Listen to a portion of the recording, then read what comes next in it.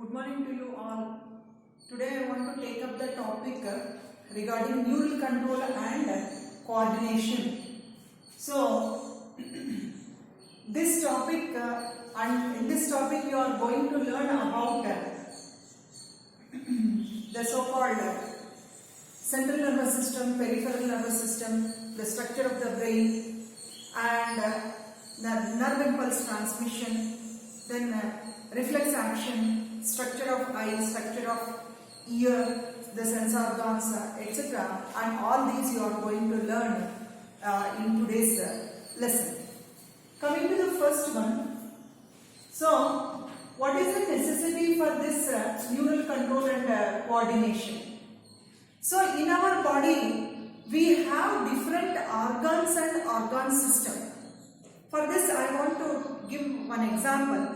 Take for example, if an individual performs any physical activity, so naturally what it is going to happen?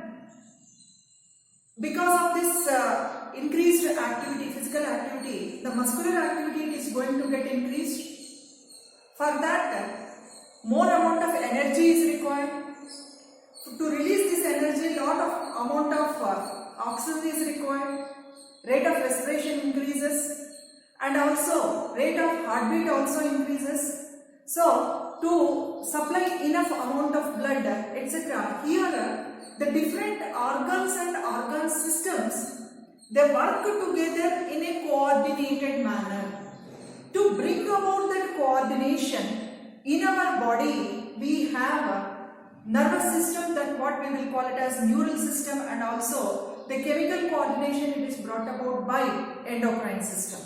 So in this lesson, how this neural coordination it is brought about? What are the structures which are involved in this neural coordination? Once that physical activity gets over, all these organs it has to come back to the normal position. So to maintain homeostasis, to maintain the equilibrium.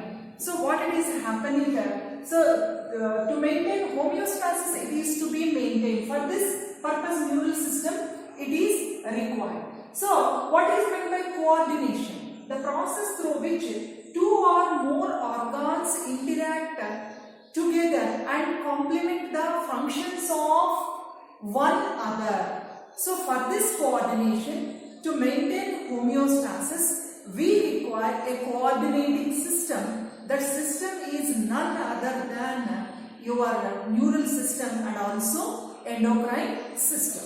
So, neural control and coordination. So, in our body, this homeostasis and also the coordination it is brought about by neural control and coordination and chemical control and coordination. So, neural system of human, the mechanism of neural coordination, etc. and also the synapse and nerve impulse conduction, physiology of reflex action, etc. All these aspects you are going to learn about. So the neural system brings about this coordination from point to point by a network of nerve cells, what we will call it as neuron. Then when it comes to the chemical coordination it is brought about by the hormones which are secreted by endocrine glands, which are going to get released into the blood. So, when it comes to lower level of organisms, so in case of flatworms, etc., a ganglion, a network of nerves, etc., it is present. In case of earthworm, you can find the segmental ganglia, and in case of squids, etc., brain it is present. It consists of a group of nerve cells to form a ganglion, etc. So, in case of lower level organisms, you can find this kind of neural system. But when it comes to the human beings, in case of human beings, you can find the brain and the spinal cord, and the nerves arises from this brain and spinal cord. So, these nerve fibers had been sent throughout the body to receive to detect, to receive and send the information back to the respective organs. So, this network it is observed in case of human beings. When it comes to the human neural system, we are classifying this human neural system into two. central nervous system and peripheral nervous system, what we can say. Central nervous system includes central neural system, it includes the brain and spinal cord, and the nerves which arises from this brain and spinal cord, we call it as peripheral neural system. The peripheral neural system, further it had been divided into somatic neural system and also autonomic neural system. Somatic neural system, it passes information from the brain to the skeletal muscles. Autonomic neural system, it is further divided into sympathetic and parasympathetic nervous system. Sympathetic and parasympathetic nervous system, it passes the information from the so-called as the involuntary muscles, collects the information from the involuntary muscles to the CNS, central nervous system. So then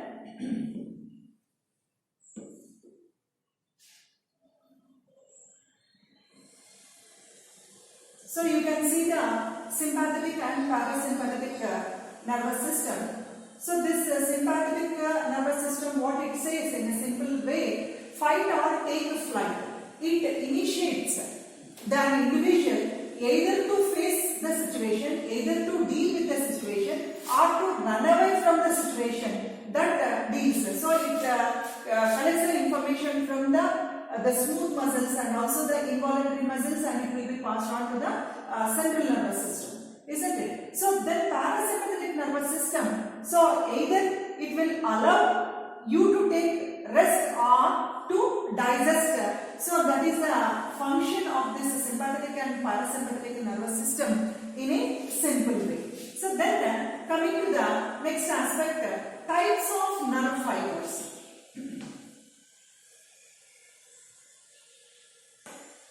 So these types of nerve fibers, we are classifying the nerve fibers into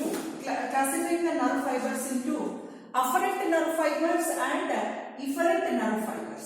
Afferent nerve fibers, what they will do, they transmit impulses from the tissues to the CNS, and also efferent nerve fibers, what they will do, they will transmit the impulses from the CNS to different parts of the body.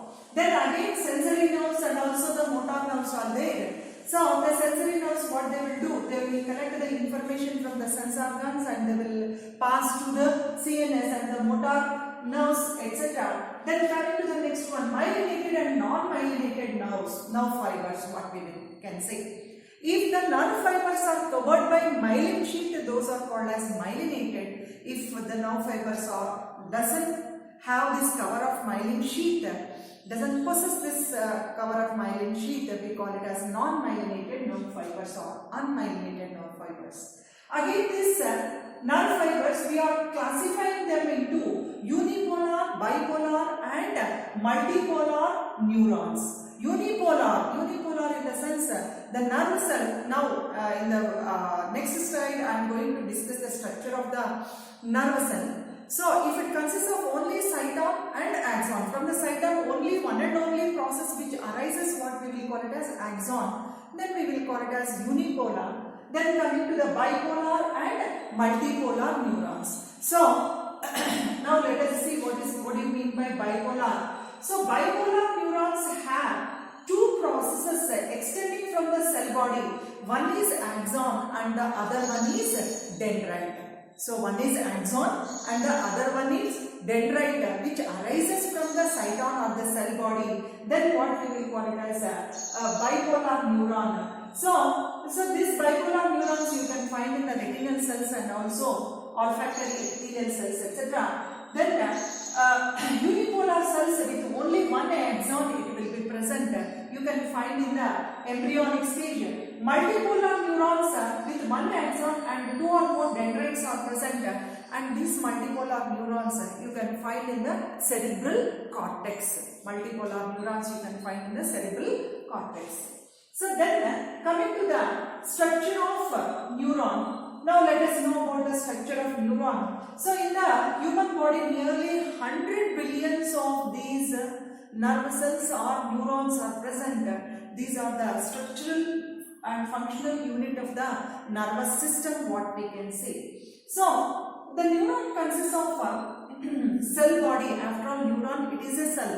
It consists of a cell body. We call it as cytosol. In this cytosol, you can find the nucleus. From that arises an elongated structure, what we will call it as axon. And this axon, it is going to end with axonal endings, what we will call it as axon terminals, what we can say. Axon terminal. So this cytosol consists of a nucleus, and also this is also called as cell body or soma. And in this cytosol you can find a minute granules. I cannot show it here, but it will represent those are called as Nissls granules.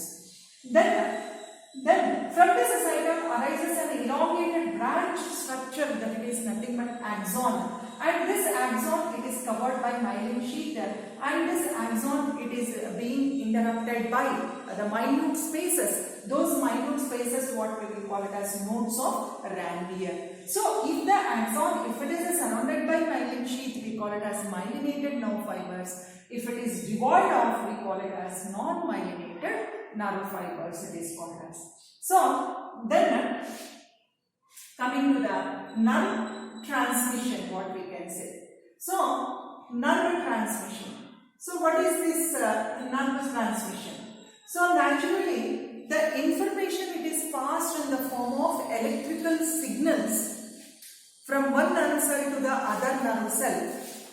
So from one nerve cell to the other nerve cell by means of an electrical signal, and also what it is happening after reaching the nerve ending in case of human beings, the neurotransmitters are going to get released. So here there are certain terms are being given. What do you mean by potential difference, membrane potential, resting membrane potential? These are the things you should know. So potential difference,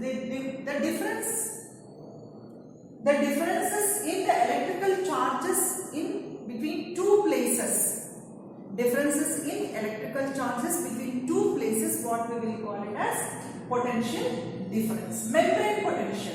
So differences in the electrical charge inside and outside of the membrane. So this nerve cell, it is surrounded by a membrane, what we will call it as axonal membrane, etc. So there exists a difference between outside and inside this axonal membrane. This difference in the charge, what we will call it as membrane potential.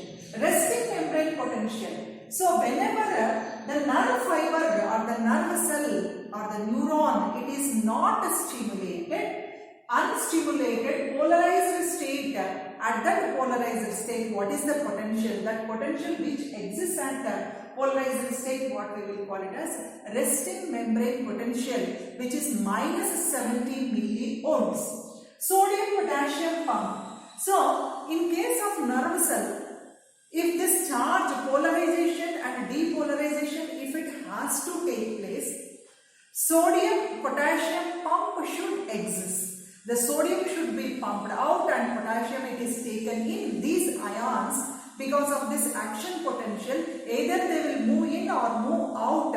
Because of that, the potential which is going to get generated, and that pump, what we will call it as sodium potassium pump. So the special protein gates in the cell membrane that use energy to transport the sodium ions out and potassium ions in, that what we will call it as sodium potassium pump. The ion gates which is present on in the axonal membrane of the nerve cell, what we will call it as sodium potassium pump.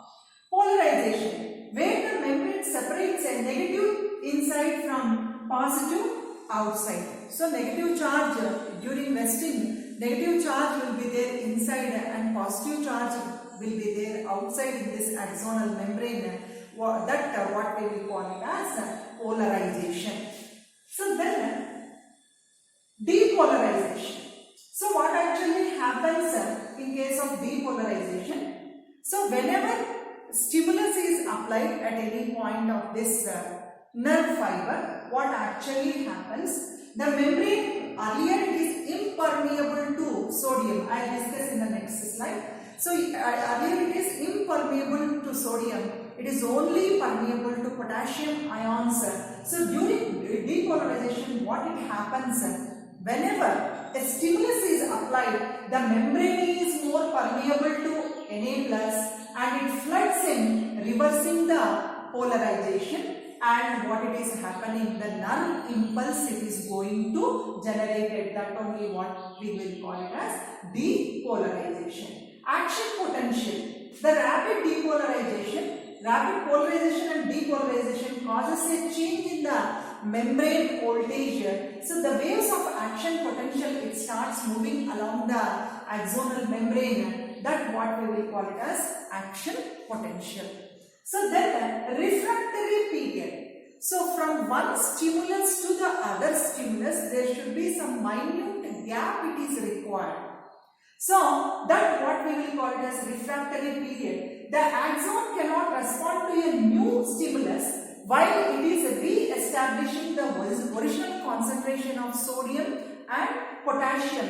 Using sodium potassium pumps in the cell, what it is called as a refractory period. So before receiving the new stimulus, the nerve cell must adjust in such a way that it is preparing itself for the new stimulus, so that already it received the stimulus, then it has to regain this original concentration of this sodium potassium, that during that gap period what we will call it as refractory period. Then coming to the next one, saltatory conduction. So in case of myelinated nerve fiber, where the axon is covered by myelin sheath and it is not continuous, in between this axonal membrane minute gaps are there, those are called as nodes of Ranvier. So then what it will happen, it jumps from one node to the other, that only what we will call it as saltatory conduction. The nerve impulse jumps from one node of Ranvier to the other. So this is faster than the unmyelinated fiber. So nerve impulse transmission, if in case of myelinated nerve fibers, it will be faster when compared to unmyelinated or non-myelinated nerve fibers. So a new stimulus is only generated if the stimulus is greater than the threshold. Once the impulse is generated, the size is the same regardless of the size of the initial stimulus. Okay. So then coming to the next aspect. So here you can see the so-called the nerve fiber, the polarity of the nerve fiber, etc. In case of resting axon, what it is happening, it is only permeable to potassium ions and it is impermeable to sodium ions. And also, so here negatively charged ions in this negatively charged proteins also more in case of axoplasm. So within the axoplasm during resting condition, so the potassium ions will be more and negatively charged proteins also more. But when it comes to outside, there will be high concentration of Na+ ion and low concentration of negatively charged proteins it will be present. So whenever a stimulus is applied, that is when the axon gets excited, what it happens, the sodium will be pumped in, potassium will be pumped out. That process only what we will call it as depolarization. Here the nerve is at polarized state at resting condition. Positive charge is outside the axonal membrane and negative charge is inside. Now the polarized membrane, once it receives the stimulus, what it will happen, it undergoes a depolarization because of the movement of sodium in and potassium out. So how many sodium ions moves out? 3 sodium ions moves out and usually 2 potassium ions moves in the depolarized state. Now what it happens in the depolarized state, what it happens, sodium ions moves in and potassium ions will move out. So now what it will happen, that as the depolarization proceeds, what it happens, the stimulus starts passing from one point to the other. So through the entire nerve fiber, this electrical signal in the form of plus and minus, it is going to get passed. That only what we will call it as depolarization. So once the depolarization begins at this point, further it gets passed. So again this depolarized nerve fiber that passes the nerve impulse. This only what we will call it as nerve impulse conduction. So the previous part of this it undergoes a repolarization. So like this the impulse transmission, nerve impulse conduction takes place. So after nerve impulse conduction taking place, once it gets finished, once it reaches the axonal terminal, what it happens?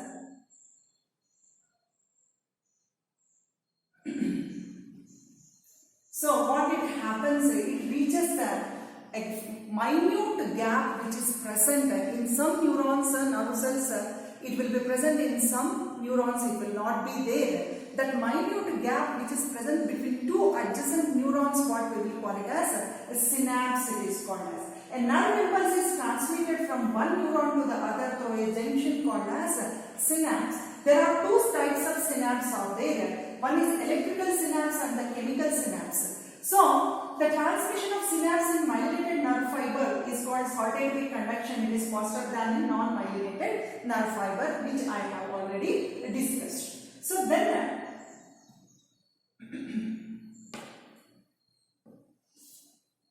then here what it is going to happen? So electrical signals travels through the nervous system, carrying information from one place to the other. So this nervous system, it is made up of nerve cells or neuron. Here the gaps they are being shown. The nerve ending, nerve terminal, axonal terminal, it is coming in contact with the dendritic tip of another nerve cell, cytosol of the another nerve cell. So the gaps between these gaps are called as the synaptic spaces. So here what it will happen? Electrical signal has to jump across between this one axonal terminal to the dendritic tip in the form of a spark. Electrical impulses is passed. In case of our body, we have mostly this neurotransmitters are going to get released at this synaptic cleft synaptic junction. Those neurotransmitters are going to get released, and these neurotransmitters will go and bind with the receptors which are present in the postsynaptic neuron. Presynaptic, the neurons which are present above this junction or gap, we call it as presynaptic. Below one we call it as postsynaptic neuron. So here let us see about this synaptic transmission. What actually it is going to happen? Let me see. So here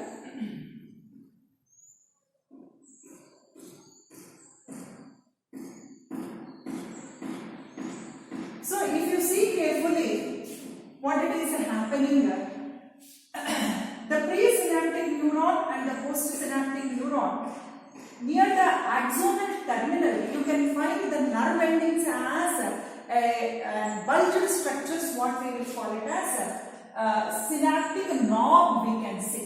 This is called a synaptic knob. Once the impulse reaches the terminal, axonal terminal, what it will happen? The vesicles which are filled with these neurotransmitters, they will come and combine with the presynaptic neuron. So then, and it releases the neurotransmitters into this gap which is present between the pre and postsynaptic neuron. And these neurotransmitters will go and bind with the receptors which are present on the surface of the postsynaptic neuron. So there will be changes, conformational changes takes place. The ion channels etc. gets opened. Like that, the information will be passed from the presynaptic neuron to the postsynaptic neuron. This we will call it as chemical transmission, chemical signaling, we can say. The information it is passed from the presynaptic neuron to the postsynaptic neuron, where the axonal terminals, axonal ending consists of bulged structures, those are called as synaptic knobs.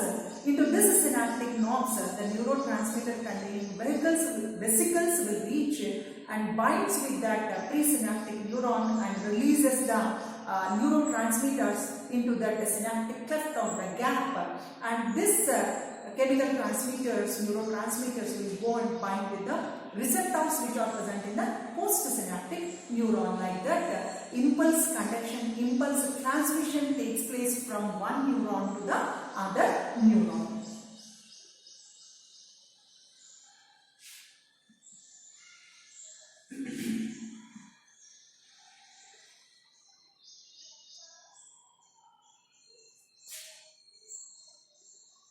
So, the central nervous system, so coming to the central nervous system CNS, it acts as a command and control. It controls the voluntary movements and also the involuntary organs, thermoregulation, that is nothing but maintain the body temperature and also human behavior, etc. It is a center for the so-called hearing, speech, memory, intelligence, emotions, etc. And this brain, it is present in a bony parts, what we will call it as cranium. Thus cranium, it is a bony parts which is present, it is present in the head region like this, and that what we will call it as a skull, the bony parts, the cranium which is present, and this brain, it is surrounded by a protective coverings, those are called as meninges, and these meninges, they are duramater, pyometer. Outermost one is what we will call it as duramater, and innermost one pyometer, it is called as. In between these two, you can find the arachnoid membrane. Between this brain and also the meninges, you can find the cerebrospinal fluid, which acts as a shock absorber and prevents the desiccation also. So the meninges, the protective covering which protects, which covers the brain, and those are called as meninges.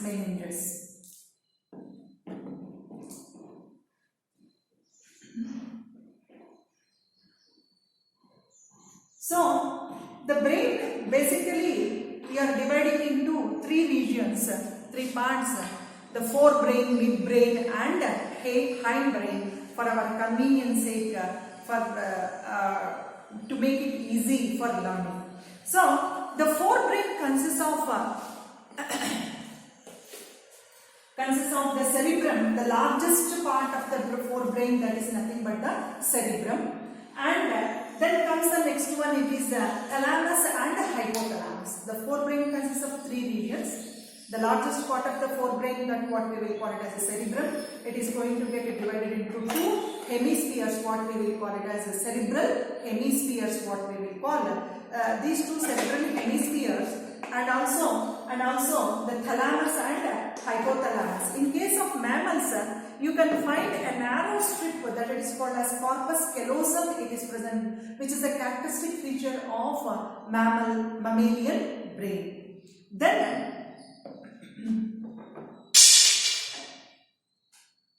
so if you observe carefully, so this is the largest part of the forebrain, that what we will call it as cerebrum, what we will call, and this narrow strip that is called as a corpus callosum. This narrow strip corpus callosum joins two cerebral hemispheres. Hemispheres means half. So cerebrum, it is divided into two equal halves, that what we will call it as cerebral hemispheres, and these two cerebral hemispheres are joined by means of a narrow strip of nerve tissue, what we will call it as corpus callosum. This is a characteristic feature of mammalian brain. So the forebrain consisting of cerebrum, thalamus and thalamus, it is the region. Below the thalamus you can find the hypothalamus. Then comes to the midbrain. In the midbrain region, the midbrain, it is a region which is present between thalamus and hypothalamus and pons of hindbrain. The midbrain region, it is located. On the dorsal surface of this midbrain region, you can find four lobes. Those are called as optic lobes. We call it as corpora quadrigemina. Those are called as optic lobes. You can find here, this is the pons. Then comes the medulla. This is also called as, we are calling it as medulla oblongata. And it continues as a spinal cord which passes through the spinal canal, which is present in the vertebral column. Then comes the small brain, we usually call it as the cerebellum. So hindbrain consists of the cerebellum, pons and medulla. So the midbrain consists of the optic lobes. The forebrain consists of cerebral cortex, then thalamus and hypothalamus. So now let us know about the cerebral cortex. What is the functions performed by the cerebral cortex? So it came from the Latin word that is the bark of a tree, because the cortex is the sheet of the tissue which makes the outer layer, outermost layer. So this is the outermost layer of the brain. This is what we will call it as cerebral cortex. So so the right and left side of this cerebral cortex, it is connected by thick band of nervous fibers, what we will call it as corpus callosum. In case of mammals, the cerebral cortex looks like some bumps, etc. Those nothing but the elevations and depressions, what we will call. Elevations, the bump or bulge, we are calling it as gyri, and a groove, what we will call it as sulcus, plural, what we will call sulci. So elevations and depressions you can find. The elevations are called as gyri and the depressions, these are called as sulci. These are the foldings which are present upon cerebral cortex in case of mammalian brain. So what are the functions of this cerebral cortex? It carries out thought, voluntary movement, language, reasoning, perception. So many functions are performed, and all those regions are present in this cerebral cortex. So you can find the cerebral cortex, the functional divisions of the cerebral cortex, etc. You can find here the motor region will be there, and also sensory association with visual area, visual cortex, and also Wernicke's area, Broca's area, auditory cortex, speech center. Every sensory centers and motor centers all are present on the cerebral cortex, in the cerebral cortex, in the different regions. So then coming to the next one, hypothalamus. So the important function of the hypothalamus, it is thermoregulation. It controls the body temperature. It acts as a thermostat by sensing the changes in the body temperature, and then sends the signal so that our body temperature, it has to be maintained. Normal temperature, it is has to be maintained. You know, the hypothalamus also controls the pituitary. Pituitary is no more master gland. The hypothalamus actually secretes certain releasing factors which acts upon the pituitary. So the hypothalamus controls the pituitary. So the functions includes body temperature, emotion, hunger, thirst, and also a circadian rhythm, what we will call it as 24-hour cycle, sleep, wake up cycle, what we will call it as. So then coming to the next one, the hippocampus. One of the hypothalamus,